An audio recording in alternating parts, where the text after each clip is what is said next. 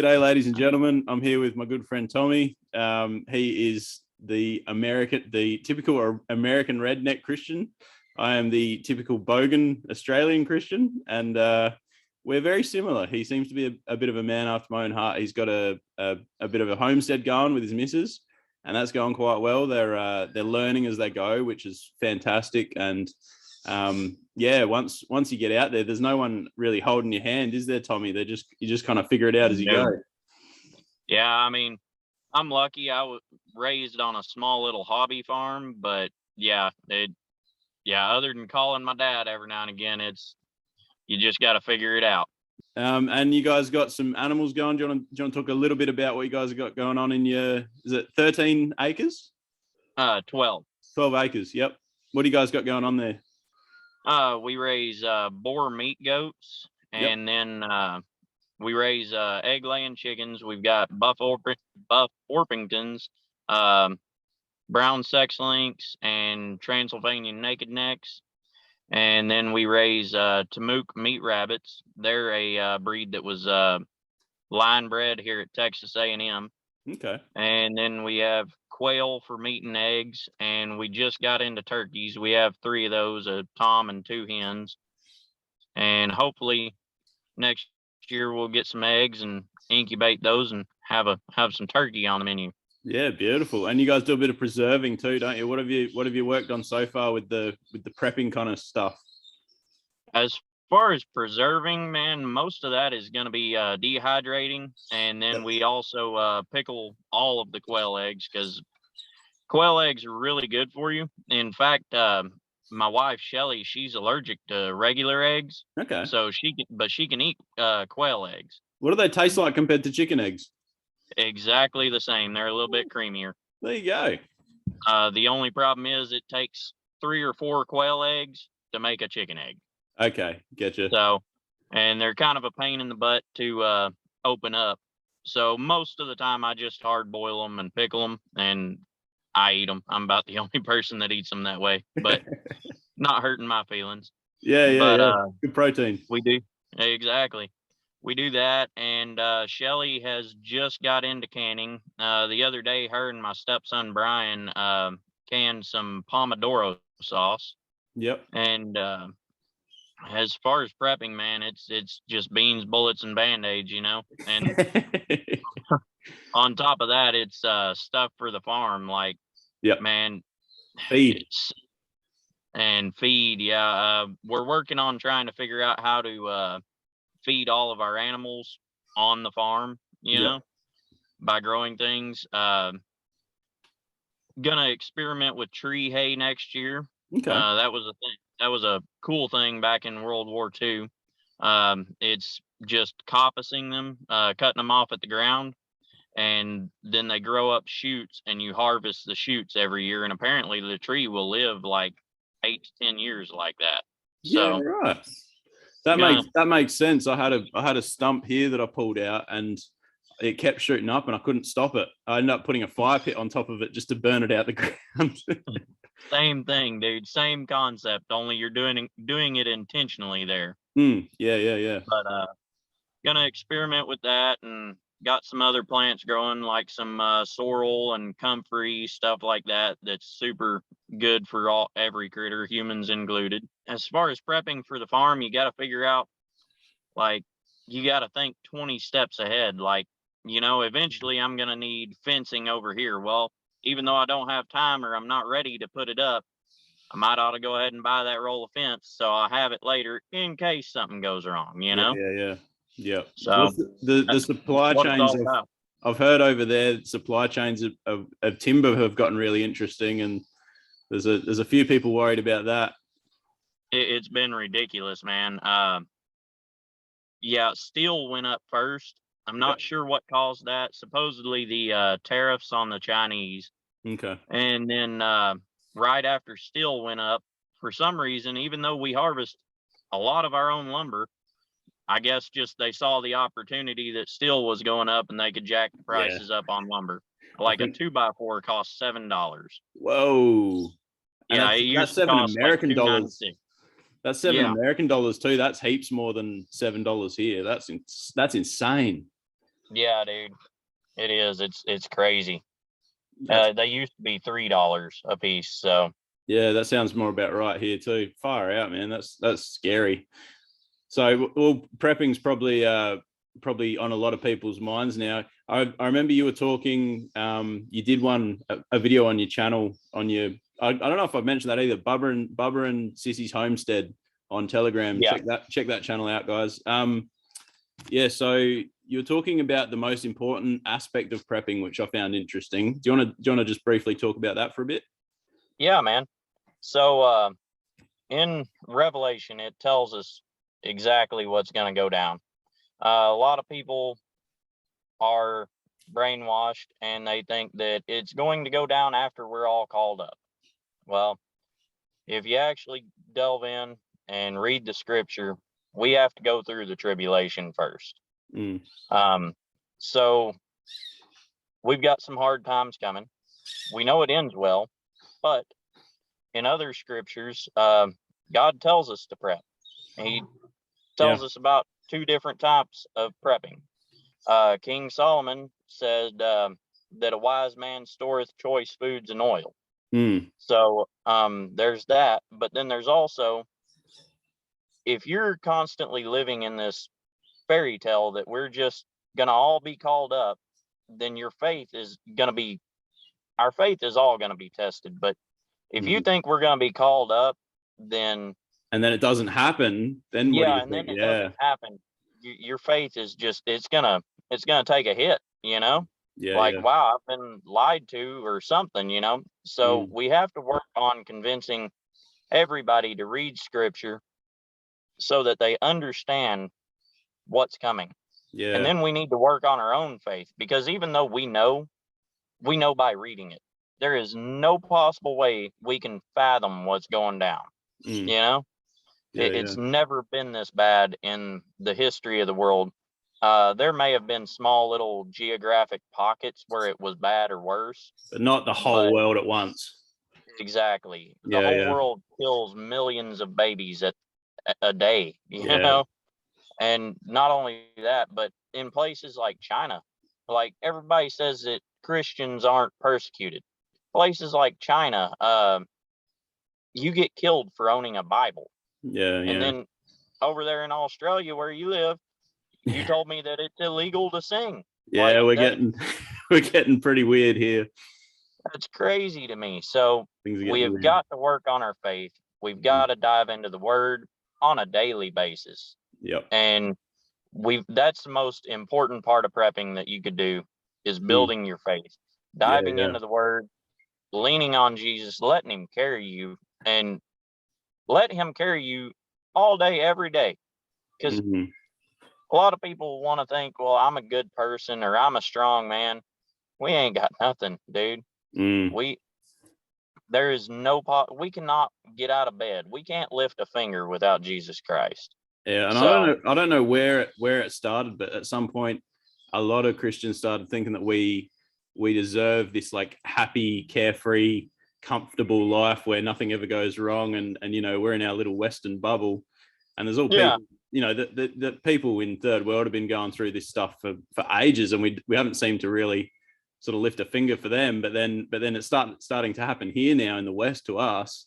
And now we're getting really upset and cut up about it. And it's like, this is the way Jesus said it was going to be. He promised that we're going to be persecuted and stuff. We need to kind of buck up a bit when that stuff starts happening. We have a foreshadowing to everything in the Old Testament. And if they think that that this is like, that we're going to be living in a happy, carefree life, take a look at Job. He was the most righteous man. And God put him to the test. I mean, bad stuff, dude. Have you ever read Job? Yeah, that's full on. That's a terrifying book right there. Yeah, man. There's a lot of insight in there for a lot of different things. Job's like, they say it's the oldest book. It's super interesting to read. It's long, but it's interesting. There's a lot of nuggets in there. So just to summarize, the main purpose of prepping, not only to feed you and your family, but you were also saying a while back you wanted to be able to feed a bit of a community as well. When things hit the fan, you don't just want enough just to look after yourself and just to keep you guys going. You actually wanted to be able to help your neighbors, which is fantastic. Did you want to talk a little bit about what sort of inspired you to do that? Yeah, man. Let me get a drink before you know. Yeah, you're right. Gotta carry my sweet tea everywhere, dude. It's just like Psy off of what's that show? Duck Dynasty. Dynasty, yeah. My beard ain't on par with theirs, but yeah. I love Psy. Did you see that sign said 35? What about it? You're going 55. Oh, that's just a suggestion. Jesus is love. Mm. Now, I think Christians tend to take that in a whole direction that it was not meant to go in. But Jesus is love at the end of the day. Yep. And we are called to look out for our brothers and sisters. Mm. Now, so we were instructed to store choice foods and oil. And we were instructed to leave an inheritance to our children's children. Mm-hmm. I don't think that always means money. It could, but I don't think so. I think it's more of a legacy. Yeah. But should you build up your own stores, you absolutely have to take care of your own first. Mm-hmm. But build your stores up to where if there is a widow or an orphan, or even a man, I mean, men are fallible too. Yeah. But Bible says the greatest charity is a widow or an orphan, taking care of them. Yeah, so that's why true religion right there. Yeah, true religion. That's the words. So if should one of those come up and you only have a month's worth of food, what are you gonna do?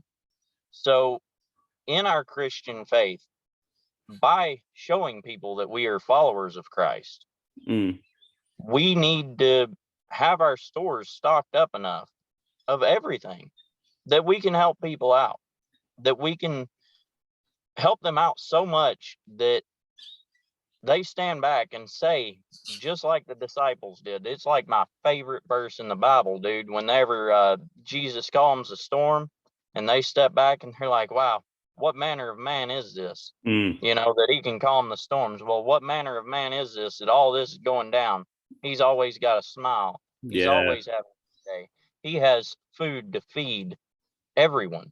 Yep. And what manner of man is this that he can take care of us? There's no better way to show people the gospel than to feed them when they're hungry, especially when you don't know when you're going to get your next meal. To be generous in that position is just such a good testimony to people. Yes, sir. And I mean, I get that I'm going against like basically every prepper that you've ever heard, but most of them are like, yeah, build a razor wire fence and keep everybody out. I'm like, well, certain people you're gonna put a sign up. Probably gonna have to keep out, but others, no, you got to bring them in, man. That's the only way we're gonna weather the tribulations is by sticking together as Christians. Have you ever heard the history of the ictus, that fish symbol? No. Okay, so in the early Christian faith, Nero was killing everybody. And so, when you found a Christian, you stuck together with that, Well, if you were talking to just a random stranger, how are you going to bring up your faith? If you're going to, you might get killed. Yes, I have heard this. This is interesting. Yeah, so the ictus, the fish, they would kind of sort of nonchalantly reach down with their foot and draw half the fish, or kneel down and act like they're doodling in the sand while they're talking, draw half the fish. And if the other person was a Christian, he would see that as a sign and he'd reach down and draw the other half, or she, as the case may be. And then you knew, hey, here's another person for our group. So it's gonna get like that. I mean, we won't be able to buy, sell, trade, nothing without the mark. Yeah, and identifying people that aren't gonna rat you out, because the scriptures does say you're gonna get ratted out as well. Like it's gonna be literally members of your own family will be ratting you out, which is pretty scary. Another previous to that, because I do remember a bit of that story, and previous to that, they would quote scripture. They would quote Old Testament, like half of an Old Testament scripture, and then the person that they were talking to, if they could quote the other half of it and finish it off, then they knew, oh, okay, this dude's cool. I can trust this dude or whatever.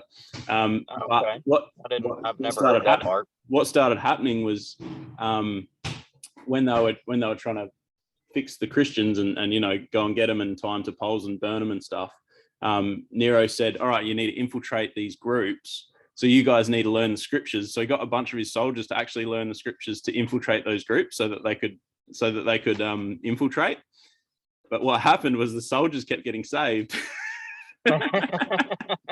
Well, there you go. That's God working right there, man. Which is pretty funny. But anyway, yeah. So that's pretty good, man. The prepping side of things, like, we're called to be wise as serpents, but innocent as doves. But there's nothing wrong with being wise as a serpent and having enough food to share with your friends and family when things go down. Which is exactly the world's getting so crazy. It's looking like, who knows when that's going to happen. I personally believe that we're going to see Jesus Christ come back in our lifetime. I could be wrong. No man knoweth the day or the hour, but I really think. Can you imagine? That would be so cool. It would be amazing. It's also a scary concept because, like, I feel like I want to achieve more before so that I've got more to say. Like, I want a lifetime full of good works and stuff. I don't feel like I'm quite ready yet. Whereas I agree with you and I see what you're saying, and yeah, I would love to go to the throne spotless, but not gonna happen. But I would love it, Yeah, yeah. You'd be filled with like joy, and then like, oh no, all the regrets. Like I could have done this and I could have done that, and all those people that you didn't love that you could have, and all those people that you didn't help and you could have. Imagine like looking back on all those missed opportunities, because you're always thinking, I've got tomorrow, I've got the next week, I can do it then. But then, like, the Lord of Lords in front of you, you just like, damn, I should have taken all those opportunities. Anyway. But yeah, man, it's a good mindset to have, but thank God we're saved by grace, Exactly, man. So, I mean, literally, thank God, thank Jesus, thank somebody. Yeah. Without grace, it would be a very, very short, sad story for all of us. So you did another cool talk on sort of a biblical side of manhood versus the sort of mainstream, Rambo sort of manhood. Let's talk a bit about that. So did you want to touch on your ideas of manhood, and then we'll just kind of back and forth about it? Yeah, man. All right. So as far as manhood, there's several Christian tenets to it. Dealing with the agrarian side, you've got a man tending his field. That's a man taking care of his business, taking care of what God has given to him, be that a literal field, his wife, his children, his household, leading them in the correct way, leading them through Christ to Christ. You know what I mean? Yeah. And it's a big responsibility, isn't it? Yes, sir, it is. Yes, sir, it is. You've got all that. And I mean, because like I say, how else are we supposed to bring new Christians in? They're not going to go to church. New people aren't just going to show up in church. They can't tell you're a Christian from that. They tell by the way you walk in your daily life. Yeah. As far as that, but then you've got a good work ethic. I don't think any Christian man should be lazy. Absolutely. What was it? It's 2 Corinthians somewhere. Paul says, whatever you do it as if you're working for the Lord. Yeah. So I don't know about you, but every now and again I'm at work and I'm like, oh man, I ain't doing that. And that verse will pop into my head and I'm like, all right, I'll go do it. Thanks, yes, God. Dad. I got you though. Thank you for reminding me.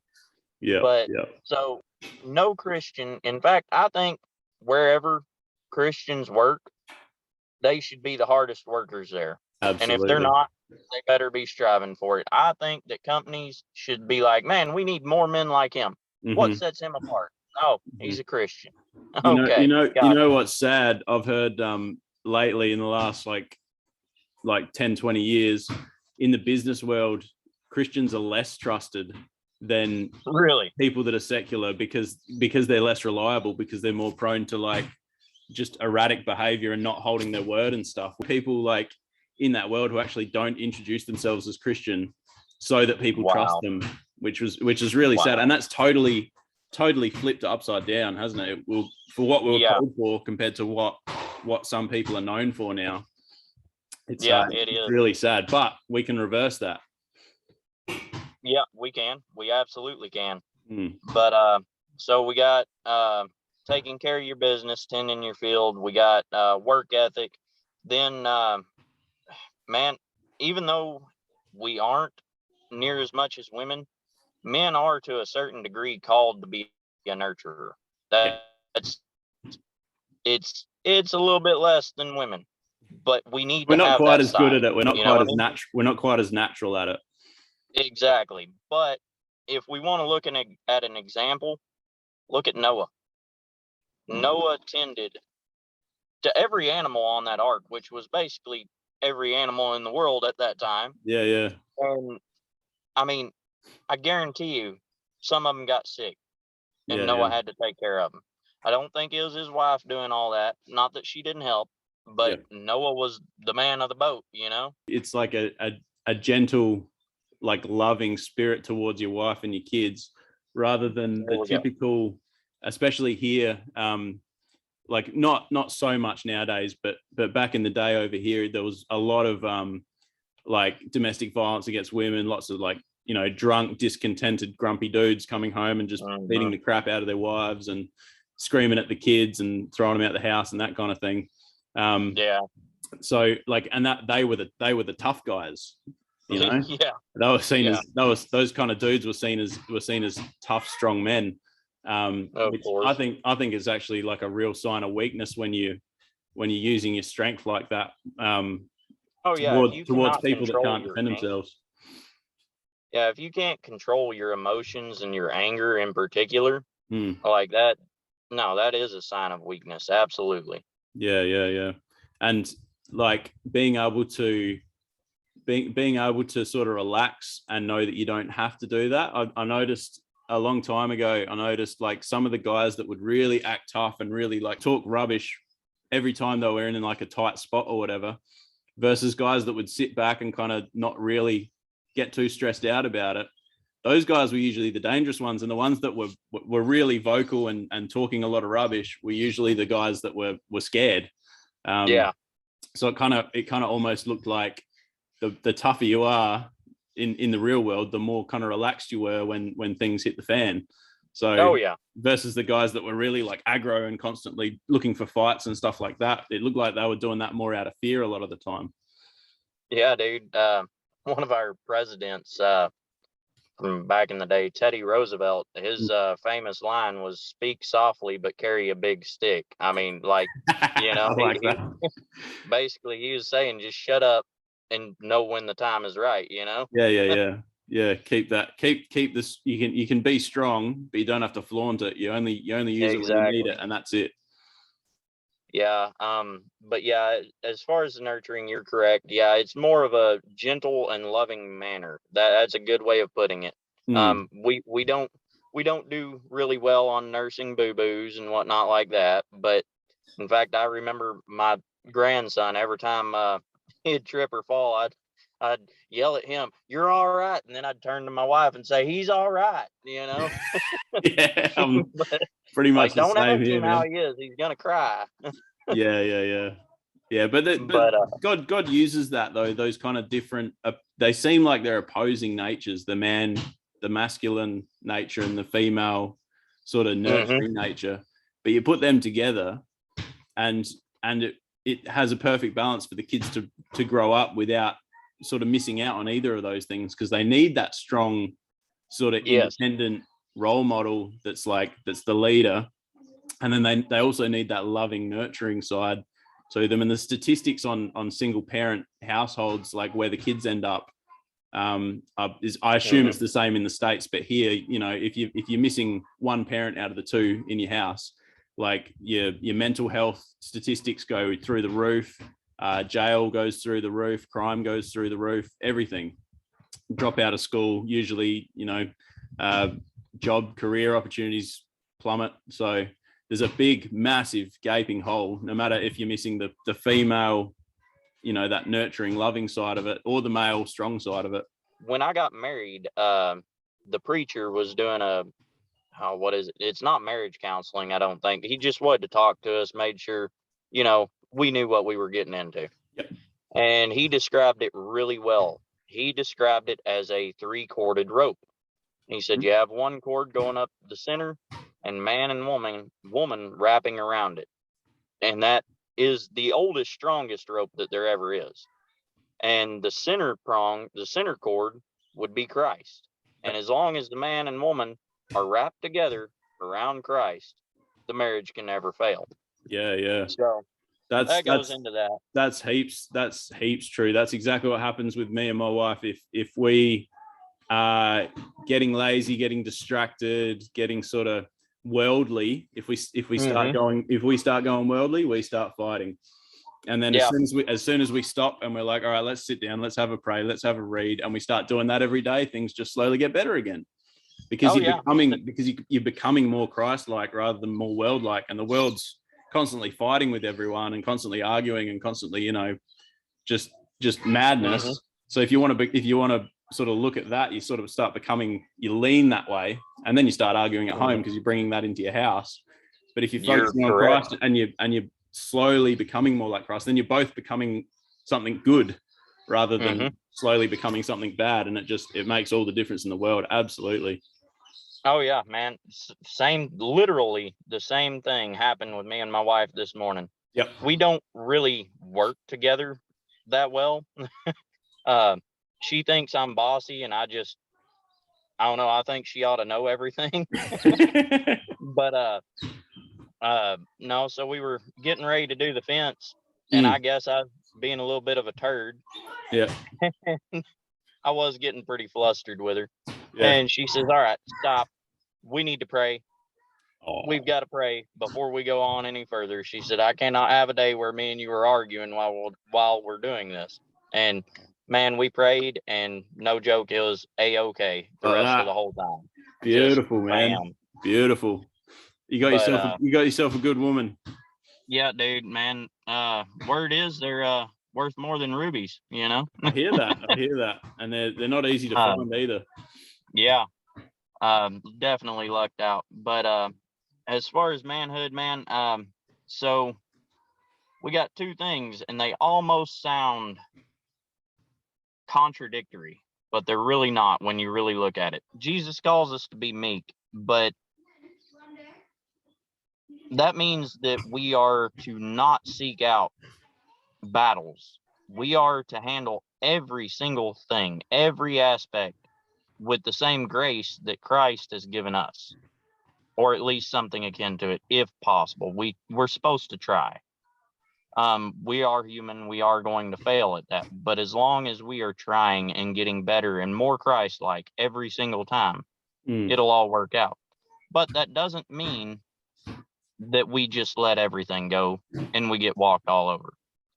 Even Jesus, they were going back to Jerusalem. It's in one of the gospel accounts. It's probably in all the gospel accounts, actually. Yep. But, and before they got to the temple, this was premeditated. Jesus stopped and he braided a whip. Yeah. And then he went into the temple. Yeah, he knew what he was doing. Yeah, it wasn't like he went in there and saw it. No, he knew about it. He got mad. He stopped. He braided a whip. Then he went into the temple, drove the money changers out, flipped over all the tables. Jesus wasn't a doormat. No. Jesus wasn't effeminate. He was a manly man. Yeah. And he was very meek. Yep. But he knew when the time to fight was. Yeah. So that is the most important thing about a man is you have to be capable of it, but you also have to be capable of the discernment of when to use know it that, and you have to work out where that thin line is, where you're meek and loving, and then now I've got to go braid a whip because this is just too far. which is hard to do without prayer and really digging into the word. That's a very hard line to find. Yeah, it is. It is. Mm. But and if you're not emotionally driven, I think, like you were talking about earlier, not giving into your emotions so much. I think if you're emotionally driven, you're a lot more likely to miss that line and get it confused and overreact when you don't really need to, and maybe underreact when you need to. Based on your emotions rather than based on what you know is right and wrong. And the good and bad thing is, I think the time's coming whenever that line will be very obvious. Yeah, it's getting the veil's getting thinner and thinner by the day, which is yes, sir. Interesting to watch. That's a word for it. Yes, it is. So we've both got pretty solid faith in God, and we both take God and His Word pretty seriously, which leads to some really interesting conversations on biblical rabbit holes and stuff like that. Where like it says it, so it's true, so we need to look into it. And that's, I find that really encouraging when talking to other people like that, because it makes me feel like I'm not so weird. Right. Which is good. Do you want to tell us briefly about your story, just how you came to sort of start taking God really seriously the way that you do? Yeah. So I was raised in the faith, but I was backslidden. I grew up just like most of our generation today. We might have grew up in church, but you get out on your own, you do whatever, Yep.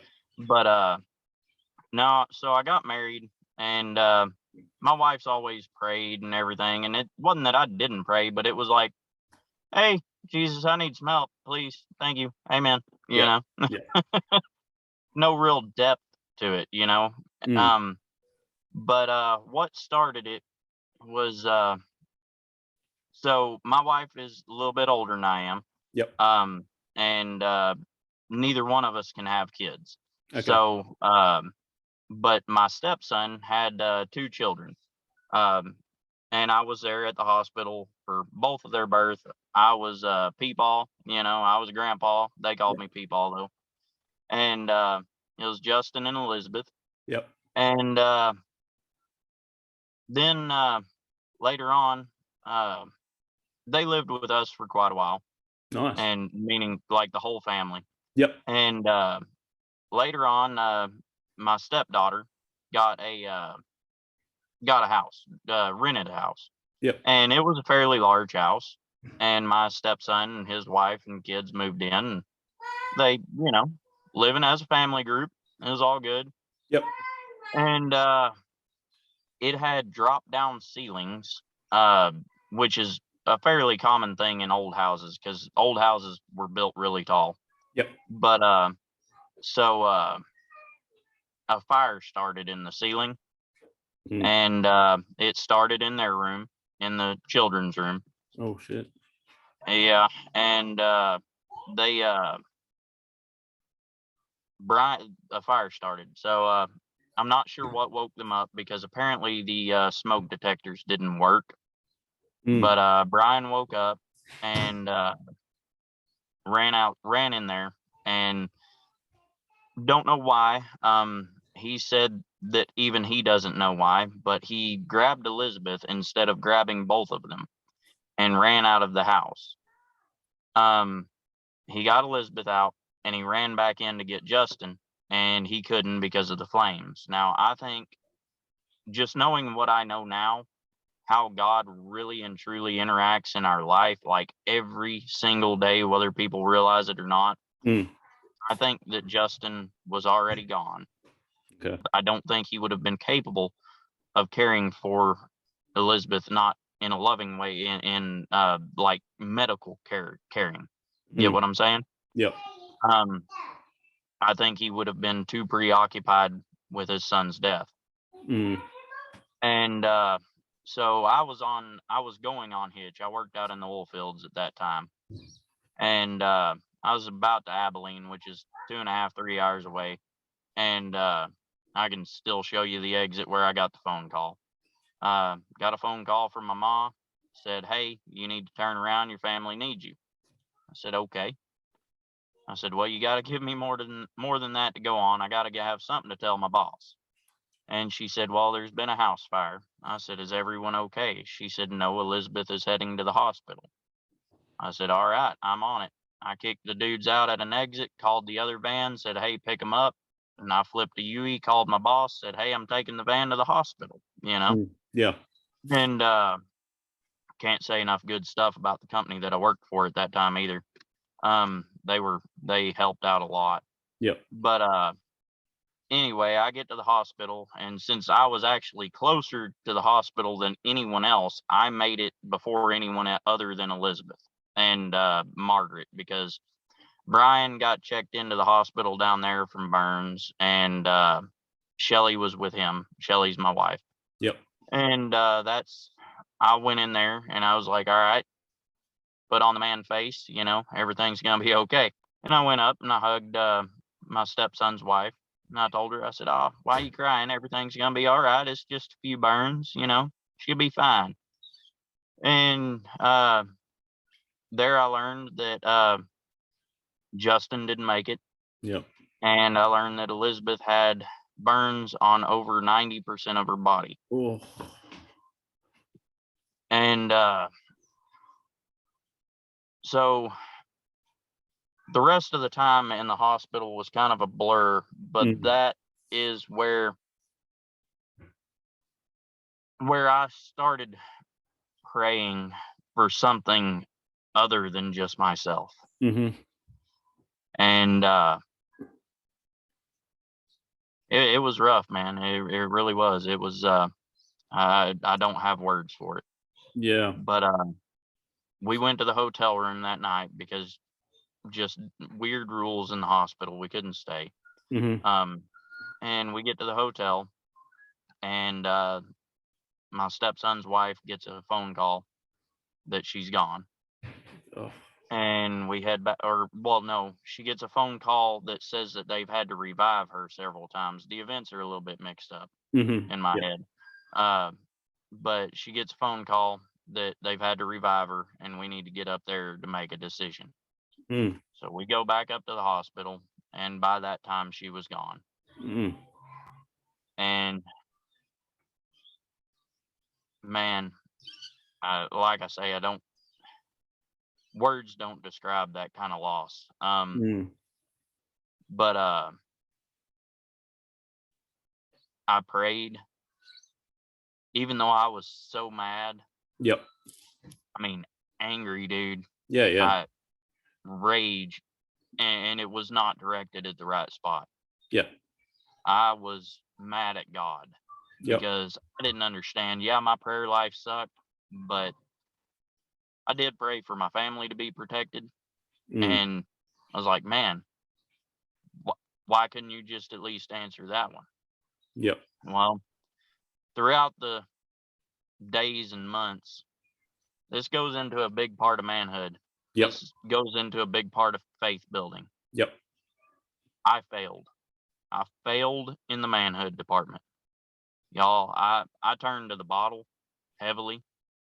I was drinking nonstop. I was constantly mad at God, and took my wife to turn me around. She confronted me one day. I just went and got another beer, and I was about to crack it open. And she said, "I've had about enough of this." I said, "What?"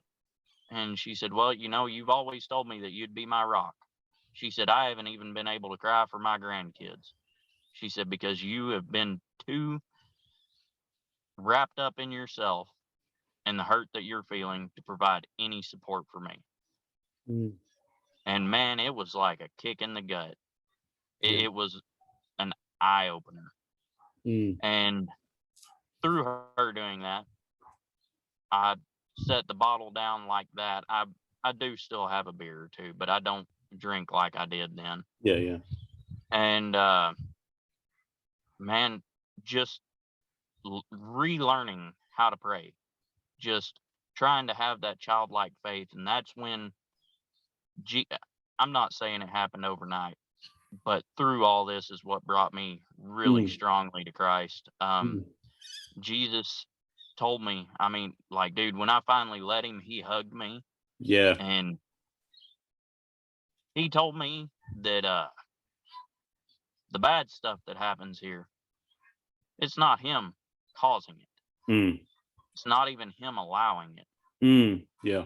It's just not time for him to step in fully. Yeah. And it's okay to have anger. In certain situations, it's even okay to have rage. But you have to make sure you're directing it at the right spot. Never to be directed at God. Yeah, man. Because God did not intend for this world to have death or any of the things that it does. Yeah. And man, if we were living in the type of world that God had intended for it to be, there was no sin, ergo there was no death. Like, this place would be amazing. It was good. He said it was good when he made it. Yeah, could you imagine? I mean, we're living in a shadow of what once was. Yep. I mean, imagine living on an earth that the entire earth was the Garden of Eden. Yeah, man. It would be amazing. And that's we'll what's coming. again. That's what's coming. We'll get there again. Yeah, I fell for that same trick, man. I was mad at God for a very long time. Nothing like as extreme as that. But there was things just from my past in my childhood that I was just hanging on to and constantly angry. And I didn't realize it for a long time who I was angry at, but I was very angry. And like you said, eventually when I started really digging into why are we here, what's the point of all this, I started realizing I'm really mad at God. And that was exactly the same as the start of my journey towards being healed and letting all of that stuff go that I was hanging on to, was realizing God didn't want it to be that way. It wasn't him that did it. Yeah, absolutely, man. And as soon as you realize that, I think that there might be a lot of people out there that are angry that don't even realize that they're angry at God. Yeah. And as soon as you realize that he did not intend for it to be this way, that this was, I mean, we are still paying for the sins of Adam and Eve. Yep. And even though they are forgiven, and I hold no ill will towards them, we are paying for it. Sometimes I get a little bit grumpy, but I'll let it go. We're all sinners. But, yes, sir. That we are. We are. And looking in the Old Testament, I mean, the Israelites had God with them as a pillar of smoke by day and a cloud of fire by night. And he spoke with them, and they still melted gold down into a cow and worshipped it. So I don't know that we could do any better than they could. I'm pretty sure I would have been melting down my gold as well. Yeah. I mean, I'd like to think that I wouldn't, but yeah. I think you hit that on the head there, where like manhood, and it's a dark path sometimes. It's not like an easy path to walk, and being honest with yourself, looking at your own faults, realizing that you can't blame God and the outside world for some of the problems in your life, and letting that go. It's not an easy path, but once you get to the other side of that path and you've got that tight relationship with God where you can really call him dad and talk to him when you're down and reach out when you're desperate, it makes everything else that you subsequently go through in the fallen world, it doesn't get rid of all that stuff. It just makes it bearable. Yeah, and it makes you know that it is going to be okay, because no matter what we go through here, we've got a better home waiting for us.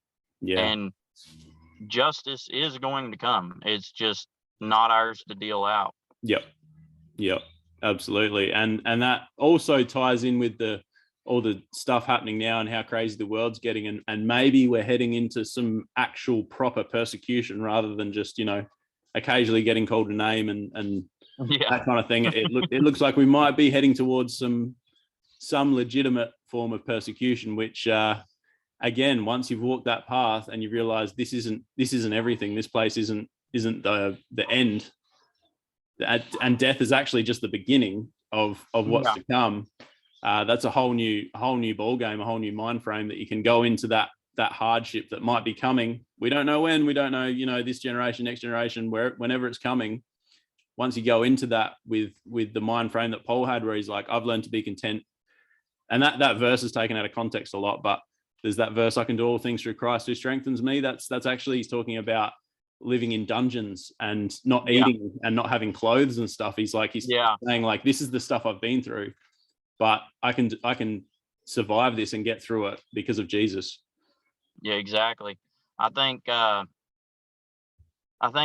verse that I think of when I think of what's coming is where Paul, again, of course, Paul, but where Paul says that he glories in his tribulations. Yeah. And I hope that I can just be half of that, you know? Yeah, I'm not quite there yet, but that's where walking that path that we're talking about, that painful path towards having that open relationship with your creator, that's where it leads to, is being in that place that Paul's talking about.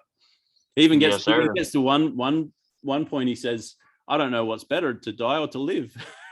Like, I get that, man, because he gets that eternal perspective. He knows what's coming, and he's like, you know, I've got work here to do, but how can I say no to heaven? Like, yeah, exactly. That's a very cool way to look at it. Yeah, like you say, I'm not quite there, but man, I'd love to be there. Yeah, you know, I'm striving to be there. And let's keep working towards it. Yes, sir. That's about the only goal right there. Yeah, absolutely. Well, God bless you, man. Thanks for sharing your story. That was inspiring and sad and uplifting all at the same time. So yeah, everybody check out their channel. It's absolutely. I was watching their goats headbutt each other yesterday, and it was giving me a headache. But it's super interesting to watch, and picking up on all that wisdom that you've got from doing it, and learning things the hard way. Like watching you bale that hay, I was like, gee, okay, I can pick up on what you're talking about, because you're being honest and you're going, I should have done this differently. I should have done this differently. It's so handy. Now, if I ever have to go build a hay baler, I'm going to know where to put the pivots and right. what not to do and stuff. It's it's like learning through your endeavors has been really valuable. So thanks so much for that, man. Yes, sir. I'm glad it's helped people. Yeah. God bless you, man. And take it easy. I'll catch you next time. All right, man. Sounds good. Peace, brother.